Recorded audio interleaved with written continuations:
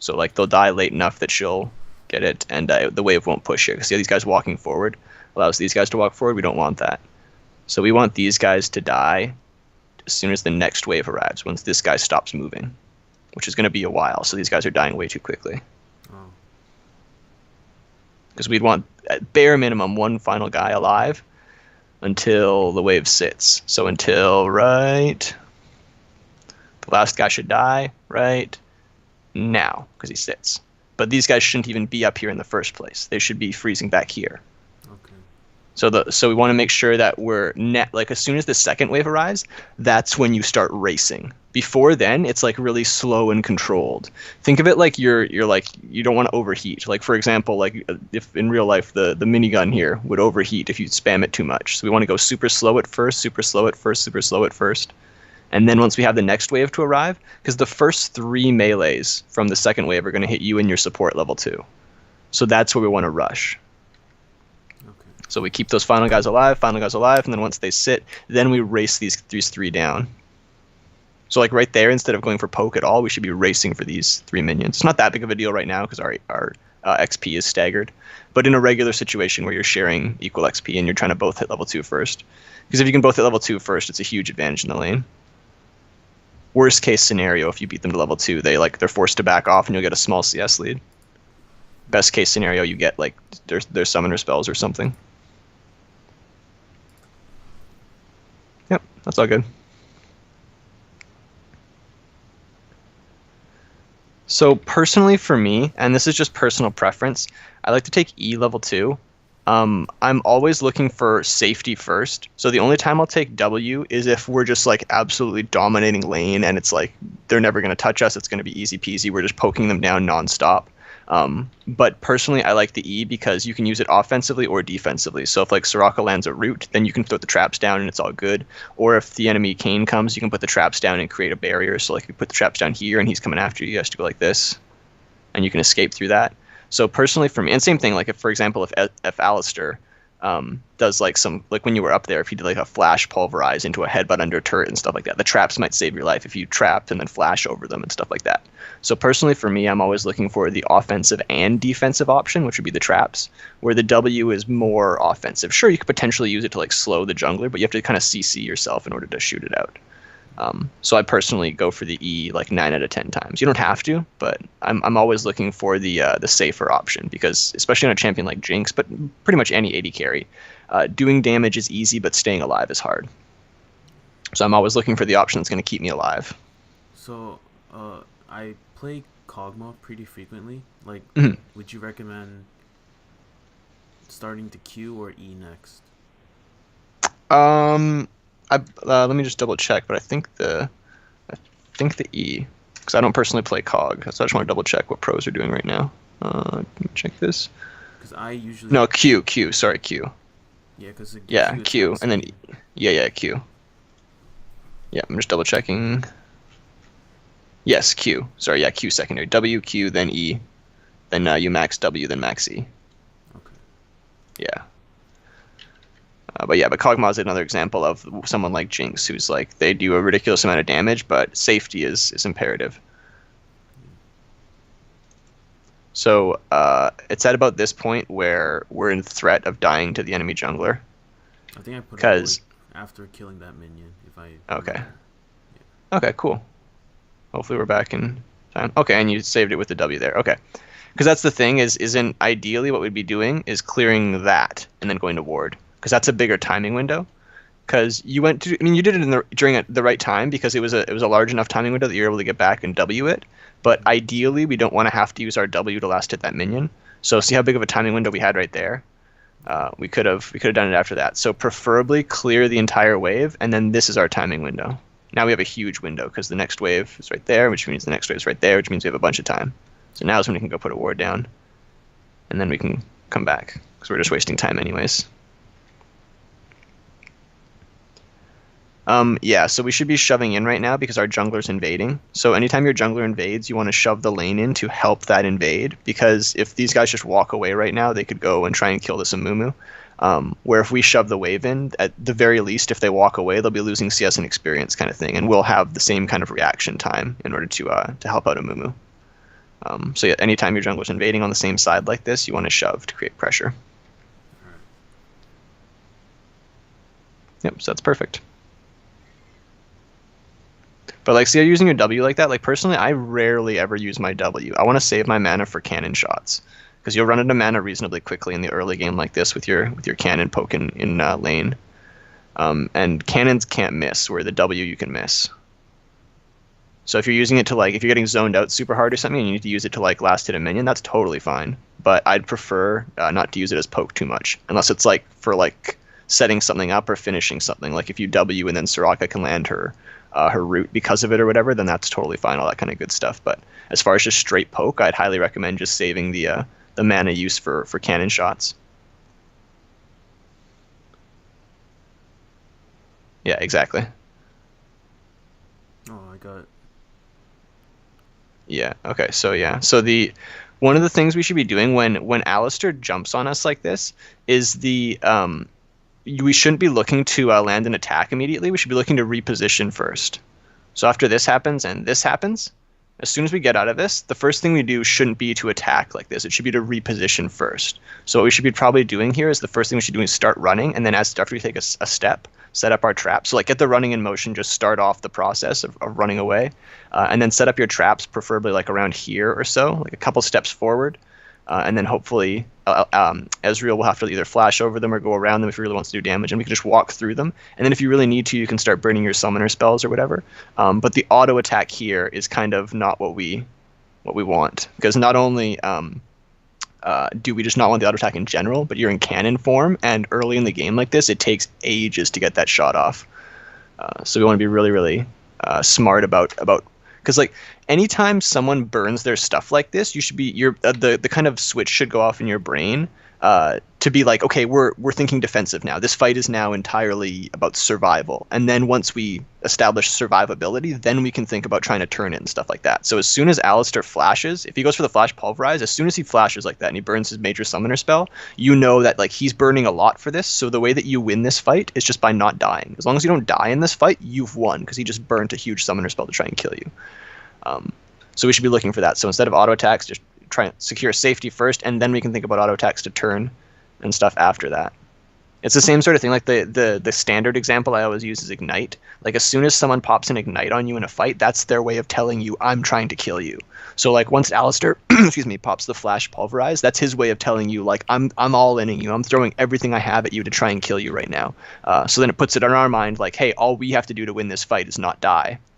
Yep, exactly. And then once we secure the safety, we can turn, and then we get the turn, and there's a bunch of chase time. Beautiful. Great job. Yeah, so that's really the only thing in that fight that we would want to do differently is not that auto attack. Just worry about safety first, but everything other than that, you play great. So right here, what I'd recommend doing, this is very small, but I'd recommend leaning towards the bot side right now, because if Kane's going to come try and kill you or something like that, he's going to come out of walls here. So anytime we don't have, like, we have the Scuttle Crab up right now, so it's not like the biggest deal in the world, but because it's Kane, he can go through walls and stuff like that. So same thing like with Kane and Zac and all that kind of crap. But even if they don't have that champion, I always recommend leaning towards the bot side if we don't have really good vision up here. Because then you have more reaction time. Because let's just, as an example, if you're farming right here and someone comes out of the bush right there, you have like no time to react. Where if you're over here and someone's out of the bush right there, even though you're slightly longer away from your turret, you're like an inch farther away from your turret, you have way more reaction time. You have more planning time to decide, do I want to fight? Do I want to escape? How am I going to escape? What order am I going to use my spells in? How am I, like, what does he have available to you? There's just more planning time. And as far as backing right here, I'd recommend taking the extra couple steps and going in this bush. One of the things I always recommend is whenever you're backing, walk further back than you think you need to. Like, go to the spot where you think you're safe, and then walk for 3 to 5 more seconds, and then back. It's one of those things where it's always better to waste a few seconds each game, like to overall over the course of the game, waste 20 seconds of like walking instead of backing to make 100% sure you're never going to die on your backs. Because there's always a chance when we back like this. There's always just a chance because we might the timing might get screwed up, and then one of us leaves, and then Kane comes out of the wall at the last second, and then there's always a chance. So it's one of those things where we just want to make sure we don't give the enemy team any chance of coming back in this. Because right now you basically just won the game by doing that. As long as we don't make a mistake now, like the rest of the game is going to go smoothly.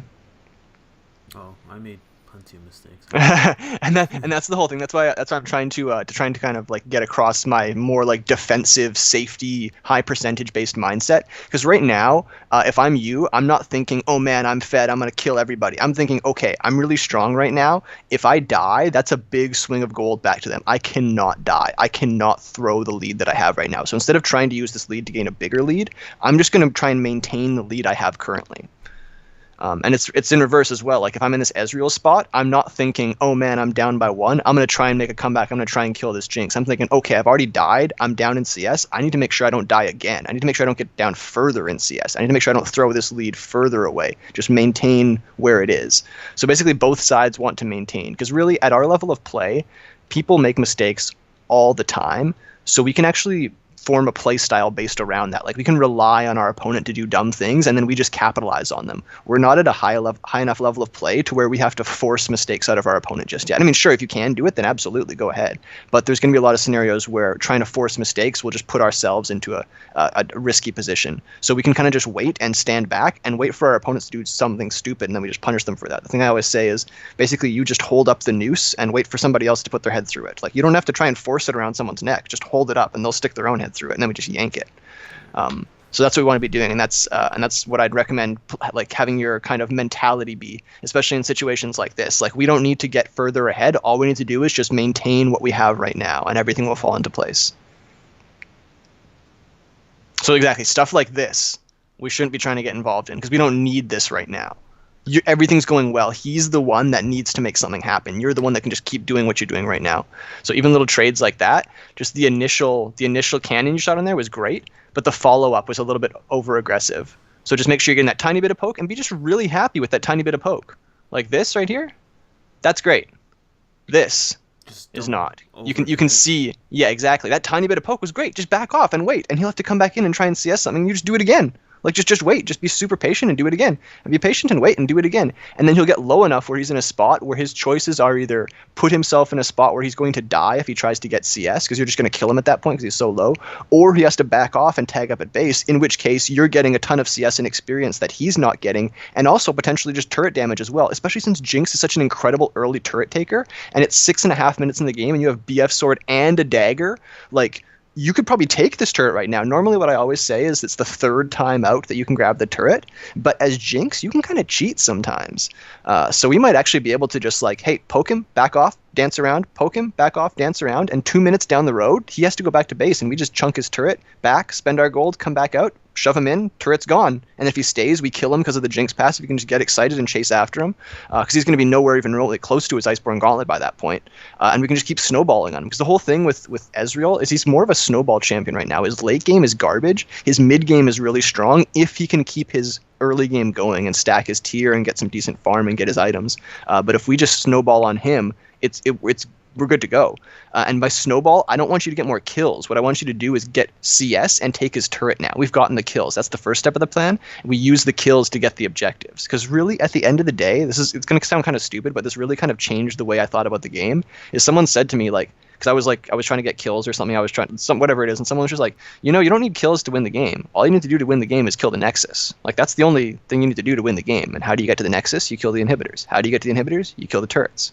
That's all you have to do to win the game is turrets, inhibitors, Nexus. So kills are really like kills, dragons, buffs, barons, everything is just a way to get to the turrets, to get to the inhibitors, to get to the Nexus. So once we have the kills here, we've done the first step. So now we're good to go. Now what's the next step? Take that turret. Once we get that turret, we can go take another turret. We get that turret, and we go take top turret. And once we have these 3 turrets, we shove waves and invade their jungle and ward it up and rotate and take more of their turrets. And you can just win the game by just walking around the map, taking their turrets and never fighting ever again. Like, you've done your fighting. You're at the point now where you take their stuff and you force them to try and fight you. And then you get to decide, do I want to just walk away? Oh yeah, you know what? It's a 2v3. I'm just going to walk away from this.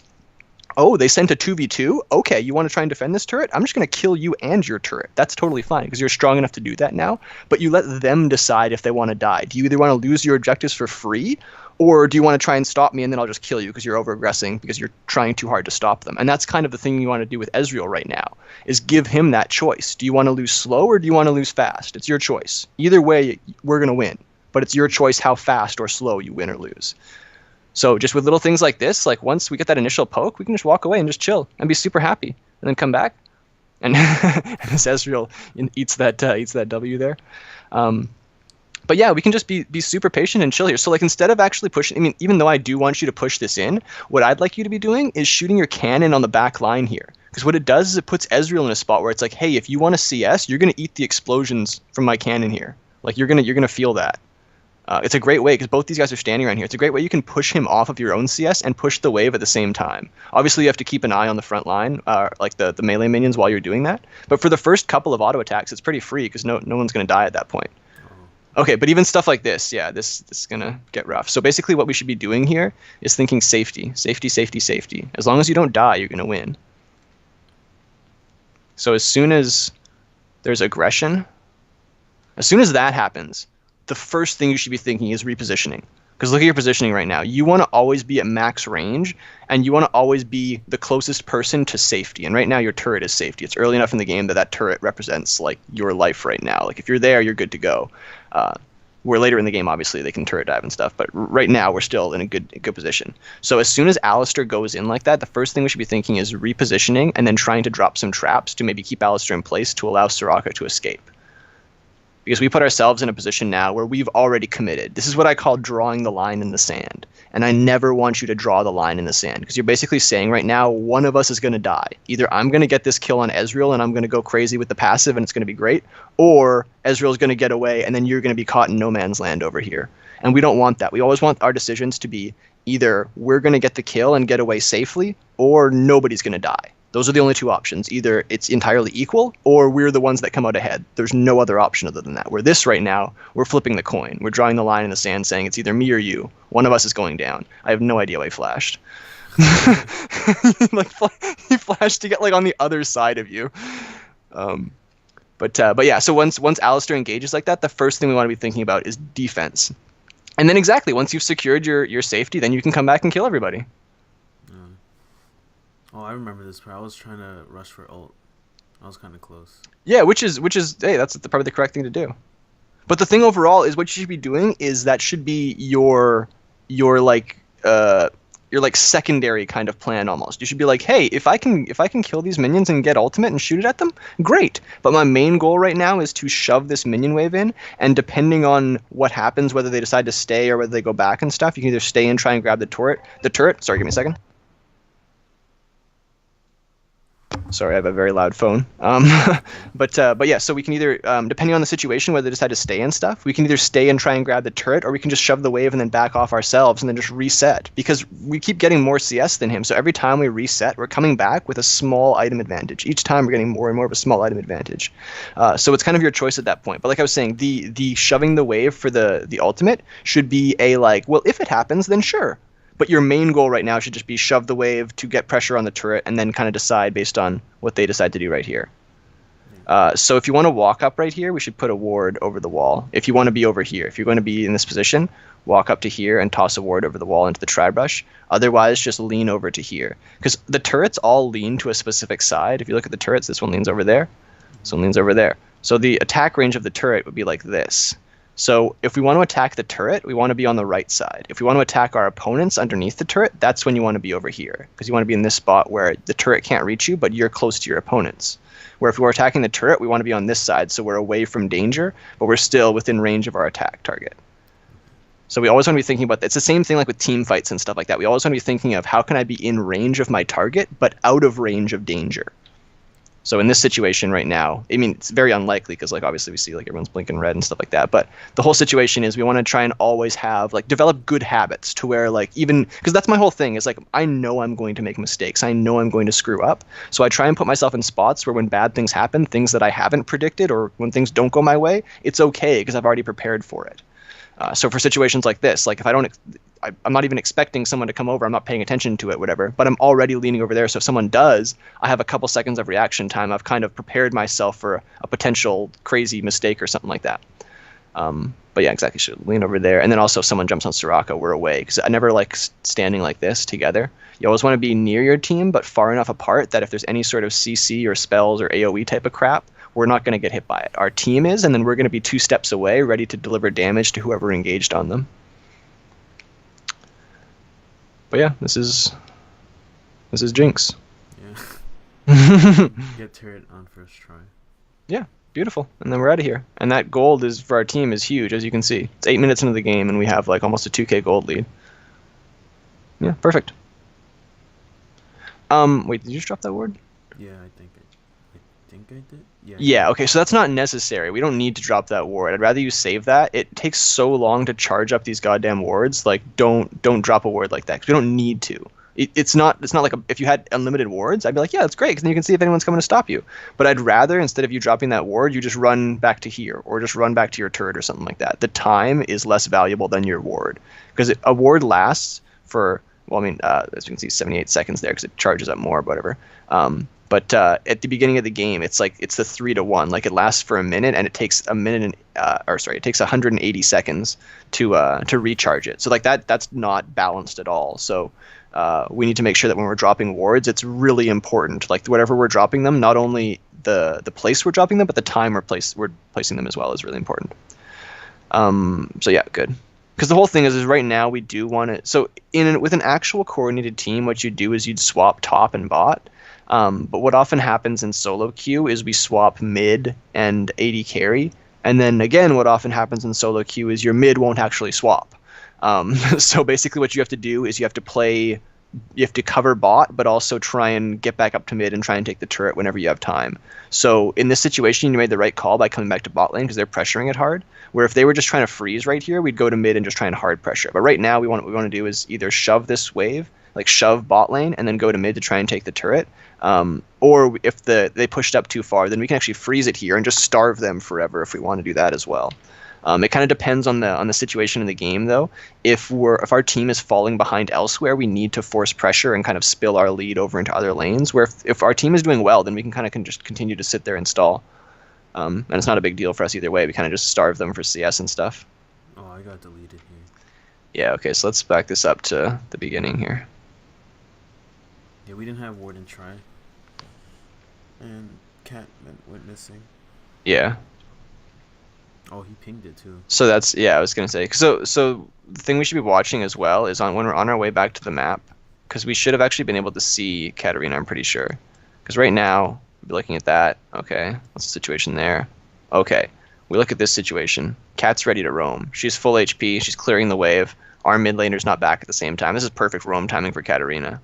So it's one of those things where, hey, I'd be caught out here as well. I probably wouldn't have noticed this, but it's one of those like hindsight's 2020 sort of thing. And normally I'm like, whatever, it didn't matter because we didn't know it was coming, but we actually could have seen it because we were on our way back to lane. So we actually have the free time to be looking. Like if we're just farming in lane and then that happens, it's like, oh man, you were busy watching your opponent and your CS and stuff. I can understand why you didn't watch the map for quick enough or whatever. But when we're on our way back to lane, we should be able to view everything. So we should kind of have that idea in our head before of like, oh, this is a good time for Cat to roam. We have to make sure we're safe for a second until bare minimum Zed gets back to lane. Because at the very least, what we'd want is if Katarina's going to come down here and kill us, at bare minimum, I want Zed to be able to push a wave and start attacking this turret. That's kind of the count. That's the trade we at least want. But if Cat comes down right now, Zed's not anywhere in that position. He's going to come back here and just farm underneath turret for a little while. So there's no like counterplay to it. So we just need to be a lot safer. And when did this ward get placed? Was that you or Soraka who placed this word? I think Soraka. Yeah. Okay. All right. Cool. Good. Because that's a super dangerous place to place it. So we should just let that ward go. Because once he turns, that's when it makes me think that you're screwed. You know what I mean? Because like if you just watch Alistair's movements, he's like, I'm gonna kill it. I'm gonna kill it. Oh no, they're coming after me. I want to kill it, but I want to get out of here too. And then ready, right here, that. Oh, he knocks Soraka. Well, you can tell by his body movements. You can tell by the way that his character moves. You can see the mouse inputs. Oh. So he's ready to go. As soon as he stops caring about going up here and he starts going down here, that's when you know, like, hey, why would he turn? If I'm this Alistair and it's just a 2v2 right now and there's 2 level 6 guys like this, I would not turn unless there's help. So that's one of the things you always want to be looking at. In that situation, I think even if we had noticed that, we still would have been screwed. Because we just kind of we got a little over aggressive to begin with. Hey, nice. But But that's one of the things we always want to be looking for. I'm really big on body language because not only can you see what your opponents are doing, but you can see what your support is doing and stuff. Like you can see what your team actually wants to do, and you can tell your team what to do as well. Nice try. It's always worth the try. But like it's one of the things as you can almost command your team around through body language. It sounds bad, but I always say like treat your team like they're like dogs. Like don't try and like talk to them. Try and command them around through like you know what I mean, like snap or like give them a hand motion or something like that. So you can tell your support what you want to do, and vice versa. Your support can tell you what they want to do based on their movements. So it's one of the things that I'm big on because people ask me all the time like how can I get my team to stop killing themselves? And I'm like, it's very hard to do, but one of the things you can try and do is through your body language tell them when it's acceptable and when it's not acceptable to go in. Yeah, exactly. Alistair's top, so we want to shove. So yeah, when we're against an Ezreal, try and always be with minions between you. So instead of being up here, just try and be over here. Okay. Because see how you're giving him a chance. We just don't want to give him a chance. See, and we're taking more stuff. I think I take 2 more shots. Yeah, see, we're taking more, and then we're not looking at this. Yeah, this is this is so funny because basically how I play is like this Ezreal. Is basically like you get shit on, and then you're like, oh no, you better not come kill me, and they're like, I'm gonna kill you because you suck, and then you run at them, and then in comes the jungler or the mid lane or whatever. And even though you're better than this Ezreal is outsmarting you right now because you're playing the like I need to kill you. You don't need to kill this Ezreal. It's not necessary to win the game. What you need to do is spill the lead that's in bot lane over other lanes. But what's happening right now is Katarina's spilling her lead in mid lane over to other lanes because we're giving her those opportunities. So what we want to do is shove the waves up and then just go mid and come back when we need to clear the waves and then go mid. We're never really passing this line right here. We're just clearing the wave and then coming back up to mid through the safe way, through our own jungle. Always safety. And if they don't open anything up for us, that's okay because we're just constantly clearing waves and creating pressure and then eliminating their pressure. Wait, what were we? Yeah, I definitely. Nice. Very nice.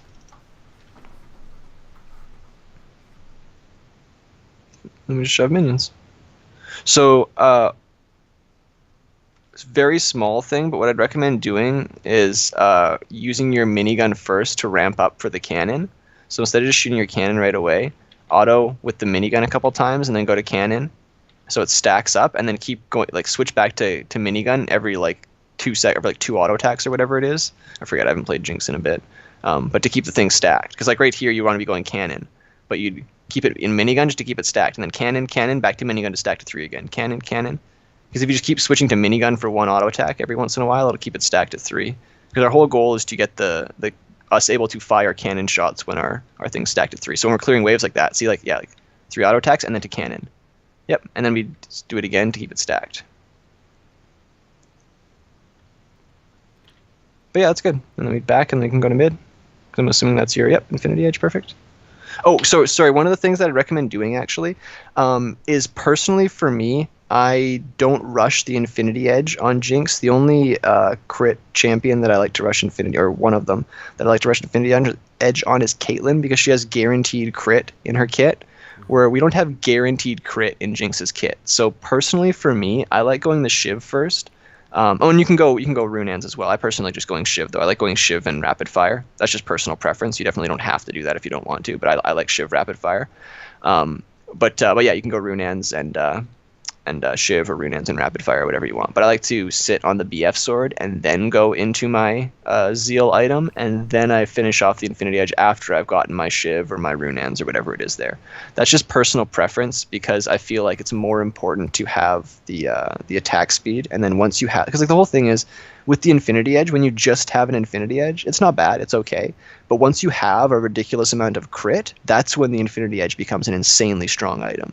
So it's not as strong. Like once you get more, like the more crit you get, the stronger this item becomes. So I'd rather complete that item once I have enough crit that the first time I complete it, I'm like, okay, here we go. Now it's a real item. Now I really want to purchase this. Because before then, I really just like having the extra attack speed and stuff. And it also, that's part of the reason I like the Shiv as well, is it's quick wave clear. Because that's one of the things I'm really big on. I really like to be able to go and go, cool, a wave needs cleared, boom, auto, auto, auto, wave's dead, boom, we're back to mid. Auto, auto, auto, wave. Oh, it needs to tag up at base or tag up in bot lane again. Back to bot, clear that wave. Like it's just non-stop. It makes everything quicker because you're just killing things so quickly.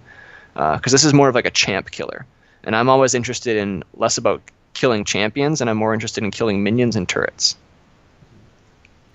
So we'll look. Yeah, go ahead. Just a tiny question. Yeah, for sure. What is your thought on when should you buy boots and which boots should you buy? So in this situation, because Katarina's been the main threat, I think that Zerker Greaves are definitely the way to go. If it was a different situation where, let's say, the Kayn or the Ezreal or the Illaoi or someone's fed, and this Katarina is complete garbage, or let's just say, even in a more ideal hypothetical scenario, let's say this Katarina's a Zed, then buy Ninja Tabi. Absolutely, because like all of the damage, not all of, like 80% of the damage you're going to take is going to be physical. So it's really like it's a super efficient buy, and I'd rather gimp ourselves on attack speed a tiny bit to make sure that we can survive and not get one shot by guys that are flashing after us and stuff like that. But in this particular scenario, the attack speed's way better because they have 3 AD champions, but they're really not the things that are killing you right now. They're not a threat to you currently. When you fight those guys, you can fight them no problem. The thing that's hurting us is this Katarina. So we want to just build normally, but that's part of where the Relic Shield comes into play, because the Relic Shield will allow us to have that a little bit of overshield on us, especially once we get the Targons, which is around this point in the game is when you can start buying it because the tribute's stacked to 750 or whatever. And then that will help us deal with the Katarina, because we don't really want to purchase, like if we buy a Hex Drinker right now, it's like, cool, we have that for one champion. And then as soon as we buy the Hex Drinker, it's going to be the Kayn that's going to kill us or something, you know? So we just want to go standard in our build path and go with get our crit items for right now. But yeah, it's not bad too. Like I personally, 9 out of 10 times, I prefer the Zerker's Greaves because I just want that attack speed. But if there's a scenario where it's like there's so many AD champions, there's no reason not to get Ninja Tabi because it's such an efficient buy. But yeah, just in general, rule of thumb as far as boots go is the further behind you are, the more you want boots, and the further ahead you are, the less you need boots. So yeah, exactly. We should just turn away. We don't want to get involved with that because I'm assuming that's a bait. Based on how he was playing there, it scares me. It makes me think it's a bait. Yeah, I thought it was a bait, but no one was there until now. But it's one of those things where it's better safe than sorry. See, like right here, yeah. Oh, man, I'm assuming it's a bait. But yeah, it's all good. Oh, they're still there. Nice. Perfect. Great job. Okay, wait, hold on. How do we play after that? Because this is all good. This is great. Run away.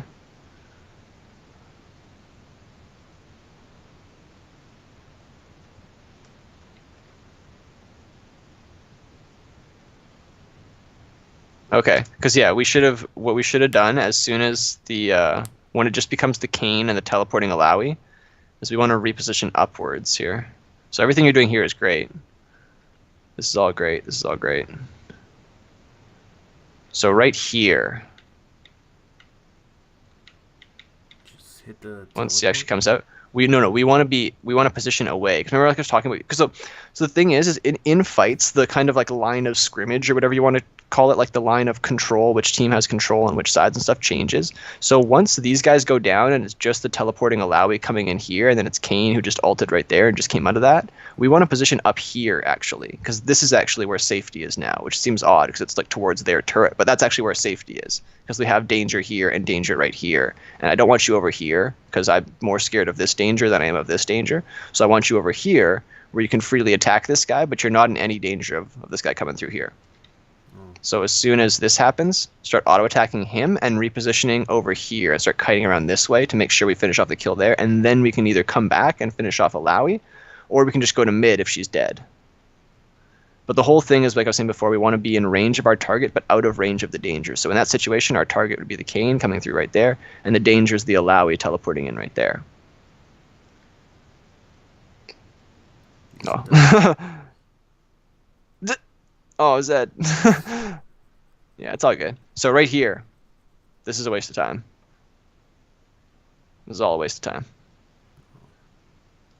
Where are we even going right now? Yeah. Probably push. Exactly. That's so yeah. All of that was wasted time. This is the correct thing to do. One of the things I want you to do is one of the things that excites me the most as a coach, and this sounds really stupid, but is when people immediately leave a fight and go do objective stuff. So if right now you use this get excited passive to run to mid quicker to push the wave faster, that would make me so happy. I love when I see my students do that because it tells me that when they're in the fight, they're already thinking like the only reason I'm fighting is so I can get to these turrets. That's the only reason I'm in this fight in the first place. So as soon as the fight's over and it's not like I don't need to be here for this fight anymore, I'm immediately going back to the thing I really cared about, which is this right here. So that's what I want as soon as that guy's done, because we don't need Kayn to die. Zed's chasing him. Let Zed be the little monkey that chases him and is annoying over here and wastes time and does jack shit over here. We're the guys doing the important thing, taking down this turret. The only reason we're doing this team fight is so we can get this turret. That's our whole goal. So that's one of the things I want you to do is as soon as the team fights are over, and not over in terms of everybody's dead, but over in terms of we've won and I'm not needed anymore, immediately go to those minions. Because one of the other things that will happen is you'll be in a situation like, let's say our team all survives this fight or whatever, but then their minion wave has it, let's say this turret's dead, their minion wave has it pushed up to over here. So what you need to be doing is after the team fight's not completely over, but like over enough to where you're not needed anymore, and it's like, oh, that other guy's too far away, there's no point in me trying to chase after him, my team has it, I'll just go over here, clear this wave, and then push it up. So by the time your team's done dicking around and chasing the last guy over here, you're pushing the wave up, and we all meet together at the turret and just snowball these turrets down one after another because the wave's already up there because you prepped the wave. So instead of us all chasing this last guy and then we all have to run back over here and all get the wave and all walk the minions up to here and then we only get one turret instead of two, potentially even three. You can snowball turrets super hard if you have the minions prepared in advance. Like this is a big wave right here. And we can see. Take turrets super fast. Oh, never mind. Yeah, like ridiculously fast. And that's also another reason why I'm more interested in the attack speed than I am with the Infinity Edge. Because like the Infinity Edge is a crit-based item, and like I said, crit is for killing champions. Where I'd prefer just having my attack damage from the BF sword and then going for the Shiv or the Runaan's or whatever, just to get more attack speed. I just want to attack turrets. I just want to kill turrets as fast as possible. That's why I really liked your half items there at the beginning of the game when you had the BF sword, the boots, and the dagger. That's perfect. That's everything we need. We have movement speed, attack speed, and damage. That's perfect because we don't need crit that early. I just want to kill turrets. And then later in the game, once we have real crit, once we have 2 fully completed items, once we have 3 fully completed items, that's when I care about crit. Because that's when we'll be involved in team fights where we can pop our cannon form on and right-click once, and then the entire team explodes. Oh, Jesus. Yeah, shit, that's just... Okay, let's watch that again. I don't think there was anything you could have done there, but I just want to watch it again. So stuff like this, though, like we were talking about before with the Ezreal, you should try and be on this side. This is always the easier side to stay safe, and then you can just run behind minions if you need to over there. Be over there, and then chill over there. And just chill with the minions. Okay. Alright, so after we throw our traps, we should walk away. Because your traps are what you can use to make it that she can't ult. Because like that's why she comes in on you once you throw the traps. Okay, so what you should be doing as well is if you're going to throw the traps, what you should be doing is preemptively throwing those traps on her her dagger there, or whatever the hell it is. So, traps. Because I'm expecting her to jump to it like a second from now. Like right now she's going to jump to it. Look at that, I was actually right. Holy shit. But yeah, so that's the whole thing is we want to try and bait it out. It's the same thing like with Zed Shadows or like the Zoe Ultimate or something like that. When you expect people to jump to their shadow or whatever the hell that champion's thing is, in this case the knife, pop that thing in anticipation of them doing that. But once you pop it, that's why she comes in on you, is because she knows, okay, well there's no trap now, I can ult freely. Because the whole thing is once...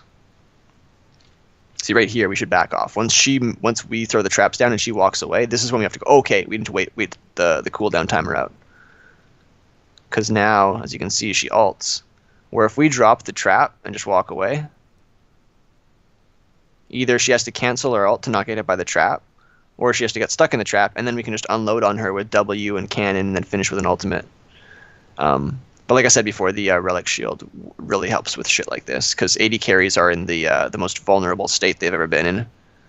Like, they die easier than they ever have in the entire history of League of Legends. So stuff like the Relic Shield start and then the upgrade into Targons really, really helps with that crap. And then also the Overheal Shield, like I was talking about before. Yep, perfect. Okay. So, instead of this, we want this. Look at this wave. Look at this freaking wave. Holy shit. This is the biggest wave of all time. So we use the Get Excited passive to get to bot lane faster than they can get there. And then either we kill this turret and use the passive to escape before they can collapse on us, or we just walk away after doing a tiny bit of damage and drawing their attention over here. After they come here, we run away, and then our team is free to dick around here, invade their jungle, take Rift Herald, go to the top lane, do whatever they want. But this is what we were talking about before. Don't go after champions, go after objectives. Free objectives are what we want. So, nice. Free objective. We don't need Alawi to die. They have 2 guys dead right now. And look at this giant wave. So always be thinking about turrets. Be thinking about objectives. Champions respawn, but turrets don't.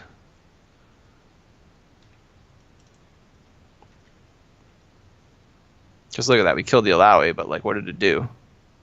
What did it actually accomplish? Oh, we all die. Exactly. I think like, Ezra wasn't even there. Starting this point is where Katarina gets out of control. Yeah, look at deletes everyone. Yeah. So this is where we should be thinking about getting the Hex Drinker at this point, because this is the point where it's like, okay, you're like, nothing else has come remotely close to killing you other than Katarina. All of these deaths have been from Katarina.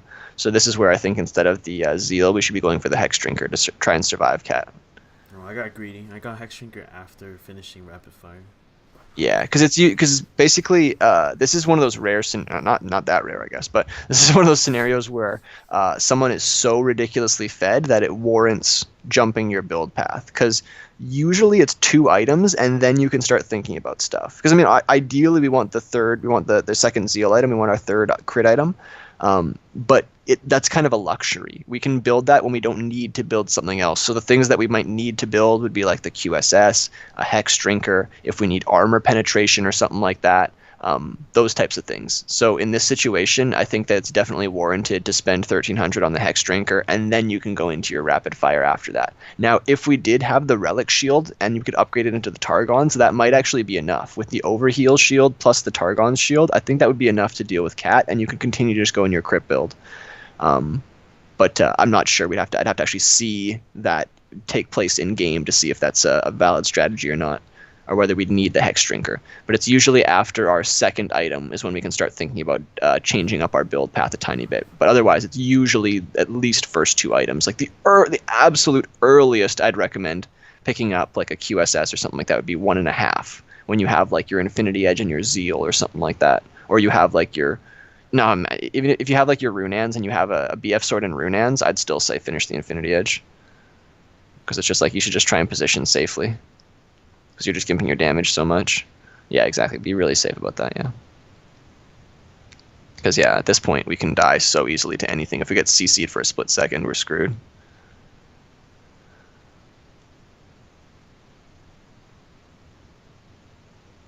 Okay, so I probably what I would have recommended is just clearing that and just backing right now, because we don't really have the time to push this next wave. Normally, I'd say, yeah, absolutely, stay for the next wave and then back. It's great. But we really don't have the time right now. Like, they're pressuring this super hard. They have a wave right here. They have all of their people collapsing on top of our guys. And Nasus is still just trying to stack his Q in top lane. Like, he's still just not doing anything other than just dying and stacking Qs. So it's our job to be here to try and clear waves. It's our job to try and stall this game out for our team. Because if we can stall this game out, we have really good scaling. We actually have really good... You and Nasus alone make the scaling insane. So all we need to do is keep this game going. But we can't keep our game going if our team's going to kill themselves. So what we need to make sure is that even if our team dies, at least we're here to clear the wave so they can't take the turrets. Because if they kill our team, that's okay as long as they're not taking objectives. But if they kill our team and then take objectives, then that's an issue. But as you can see, you're the only person on your team that can actually clear waves. Everybody else has like pseudo wave clear. I think I die here again. Yeah, so at this point, we just need to only be thinking about not dying. That is our only goal right now, is to not die and clear waves. As I say, it's when in doubt, stall it out. So right now we are in doubt. It's like, oh crap, we're probably gonna lose this game. What's going on? Like I got one shot by this Katarina. My Amumu keeps dying in his own jungle. Like everything's going wrong. Like this Nasus has 0% kill participation in a 37 kill game. Like this is not going well. So we need to just stall the game as long as possible. So stuff like this is super dangerous. Thankfully we do have decent vision right now, so that's okay. But we'd really want to be staying closer to our side of the map because we don't even control our own jungle right now. We control so little on the map, so we need to be thinking pretty much entirely about just not dying. This is one of those scenarios where it's okay to just kind of dance around and do nothing for a little while, if the other option is put yourself in danger.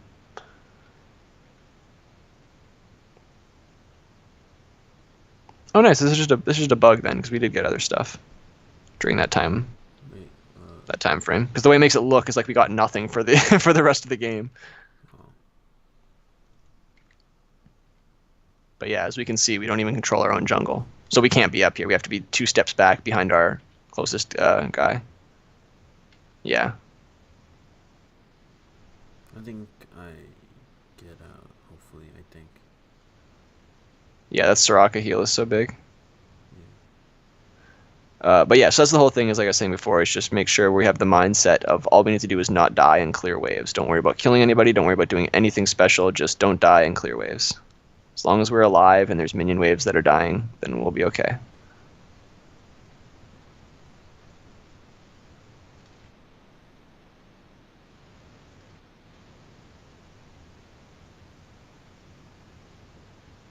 Alright, that's not bad.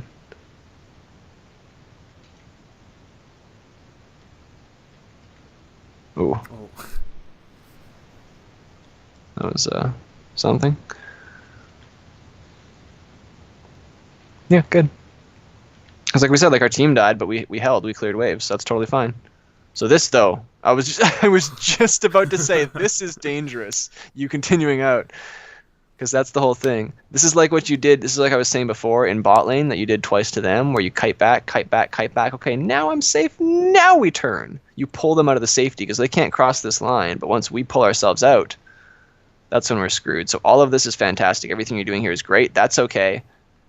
Even that's fine, but as soon as you pop your W, that should be the end. When you pop your W like that, that's the end of your combo, because basically what you're doing is you're saying, I just popped my auto and I'm popping my W right after, because it's like an inch longer range, and hopefully that'll grab you right as you're exiting my auto attack range, and then you walk away. So like if you pop your W, that's the end of the fight. If you want to continue the fight, then don't pop the W. But if you want to end it, then you can pop it but walk away. But the whole thing, like we said, is just don't die, because now that you're dead, they could very easily take this turret. See, you're the only person stopping this from falling. When you're here, it's alive. When you're dead, it's not.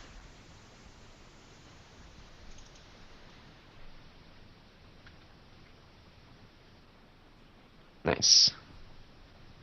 Oh, I think never mind. Holy shit. The screen is frozen right now. Oh, is it? Yeah. Here, let me stop it down for a second. Is it still all choppy and stuff? Yeah, your voice is kind of... Can you hear me? Yeah, I can hear you. Is it okay? Is it all robot-y? Yeah. Okay. Yeah, we might be having some internet connection issues or whatever. As long as you can still hear me, that's okay, because this is basically, like we said, the game's kind of mostly over at this point. Okay, so we just stopped to auto attack. That was the issue. So when Katarina ults like that, if our last shot can, I'll try and pause it on the actual frame. If our last when, yeah. Can you redo the screenshot? Like I still. Yeah, sure. Let me.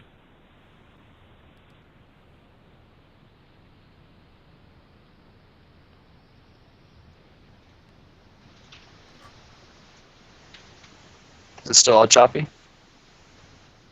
Is it playing right now? Yeah, I shared.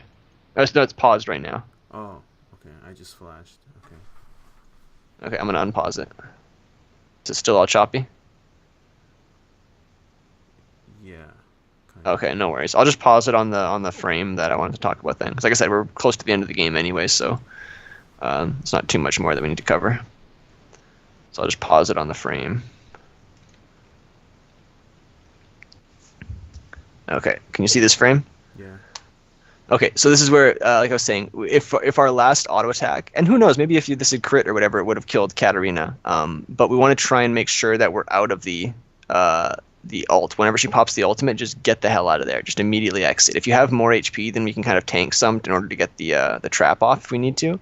But in this situation, just immediately run away because we auto attack here, and that auto attack gets us killed. But yeah, that's pretty much the game. Like we were saying there, as long as you can stay alive and just clear waves, everything's going to be okay. Because your team is not very good, and they keep killing themselves. But if you're alive and you can clear waves, it doesn't matter. You can keep the game stalled, keep the game stalled, keep the game stalled. And as we say, like even a broken clock is right twice a day. So even if these guys are garbage, they might pull off one play that'll help you win the game. All you have to do is get them to the point where they can actually do that. Like even a brain dead Nasus can help you if you get him to the point where he has his Q stacked up enough. And all we have to do is just keep the game going. But if they crack our inhibitor wall like this, then that's really bad. Then we're in trouble. Oh, I don't know why I did that.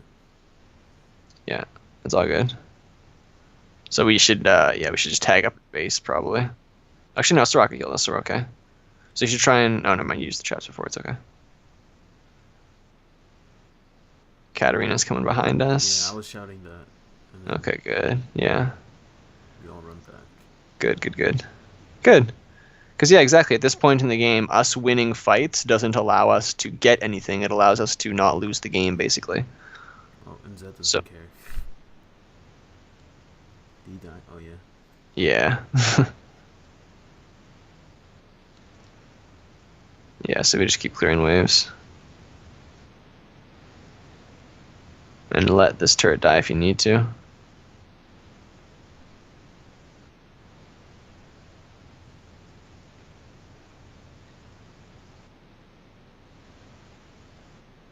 Yeah, good.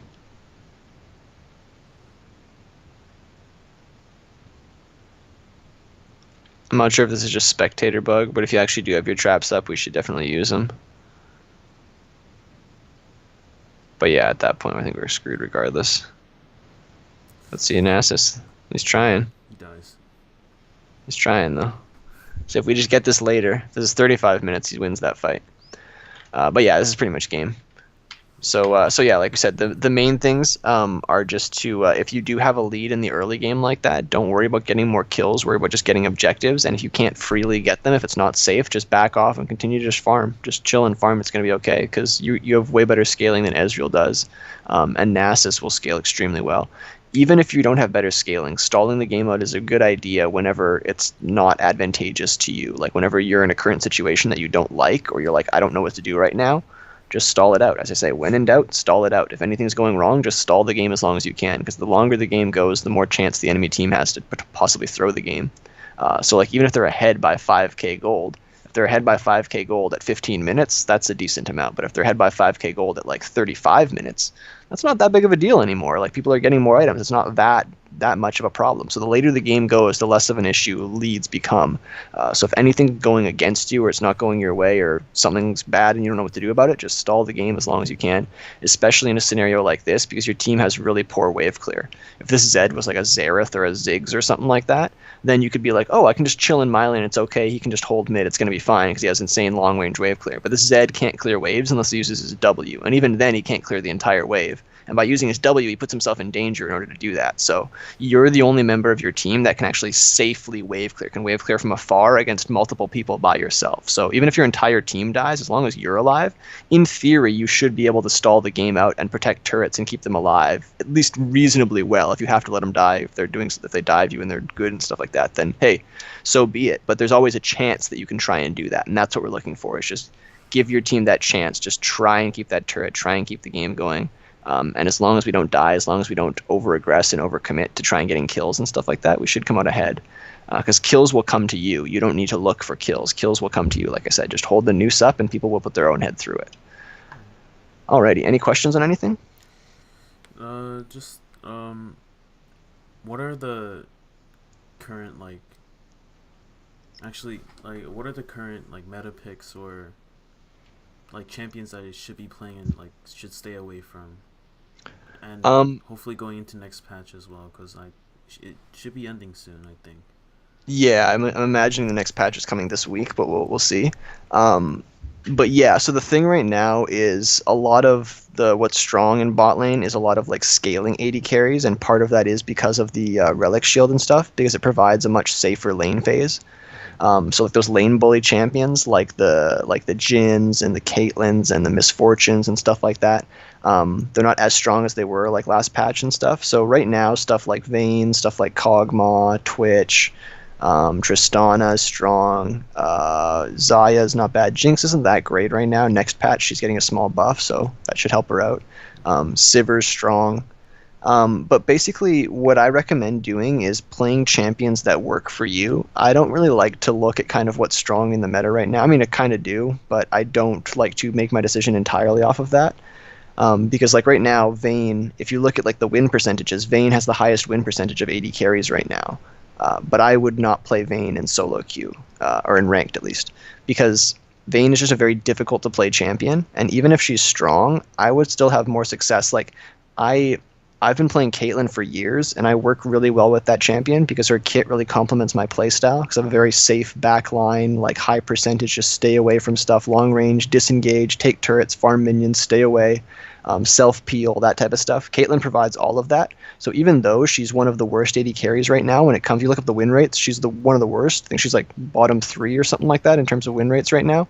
But I'd pick her any day of the week over Vayne, even though Vayne is quote unquote the best, because Vayne doesn't provide the things that I hold in high regard from an AD carry, which is safety and wave clear. Vayne has neither of those, so I don't like Vayne, even though she's strong right now. So same thing, like for example with the Kog'Maw. Kog'Maw is way too unsafe for my liking. So even though he's very strong right now, I never play him because he requires either you to be really strong positioning wise and also mechanically, and then also another thing is you need to have a team to protect you. So like this game, for example, you go to Soraka to constantly heal you. So that really helps when you're playing a squishy hyper carry like Jinx, where I go into every game assuming I'm not going to have any help from my team, because oftentimes I don't get any help from my team. So I assume I'm not going to have any peel from my team. So if I'm playing a champion like Kog'Maw, or like Jinx, or like Twitch, or something like that, I feel extremely vulnerable. Or when I'm playing a champion like Caitlyn, or a champion like Ezreal, or even Tristana, I feel much more comfortable where I can do things a little bit more aggressively than I normally would, because I have safety built into my kit. I have an escape path. I have a way out if I put myself in a bad spot.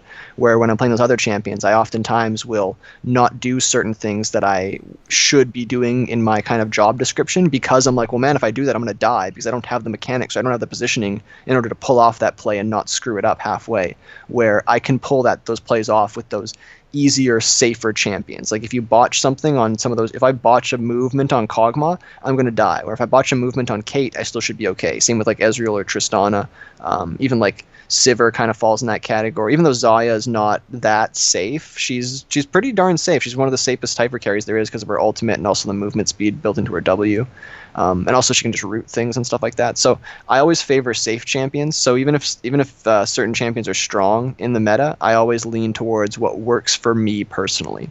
So I can like I said, right now in the meta, what's pretty strong is like Twitch and Tristana and Vayne and Kog and Ezreal until his Q gets nerfed next patch, and Sivir's really good and that type of stuff. All like the crit hyper scaling type AD carries. Like Varus is not bad right now, but he's not being played with Comet and anymore. Comet and Emax and stuff anymore. He's he's still be playing with Emax, but he's building the Rage Blade, and yeah, he's building Rage Blade and Hurricane and Bork and stuff like that. Yeah, he's he's on hit, an auto attack Varus again, as opposed to the pokey long range Varus and stuff.